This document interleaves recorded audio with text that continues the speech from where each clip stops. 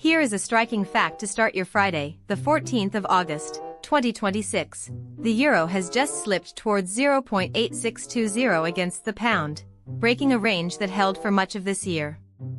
After 3 straight weeks of gains, the single currency is now little changed on the day, but that calm headline hides a real shift.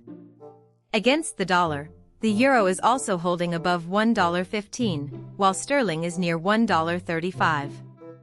So this is not a broad dollar story. It is a euro versus pound story, and it is being driven by 2 central banks with very different messages. The clearest recent catalyst was Britain's latest CPI report. A firmer inflation reading lifted the pound because it reduced the urgency for the Bank of England to cut rates aggressively. At the same time, both the eurozone and the UK economy expanded by 0.4% in the latest quarter, so neither central bank is facing a collapse in growth. That creates an awkward standoff. The European Central Bank is still expected to raise rates in September, which would normally support the euro, but the Bank of England is sounding cautious on the outlook because its economic signals remain mixed. So traders are stuck between a hawkish ECB and a hesitant BoE, and that is exactly why the cross has gone sideways. For anyone moving money between the UK and the eurozone, the drift towards 0.8620 means sterling buys slightly more euros than it did a few days ago. That is good news for British importers and for holidaymakers heading to Spain or France, but it squeezes UK exporters selling into Europe. Away from the exchange rate, ECB supervision data showed EU bank assets rose 3.63% to 34.33 trillion euros in March, an increase of 1.2 trillion euros, a sign that the eurozone banking sector is still expanding. For traders, the bigger point is that this quiet may not last.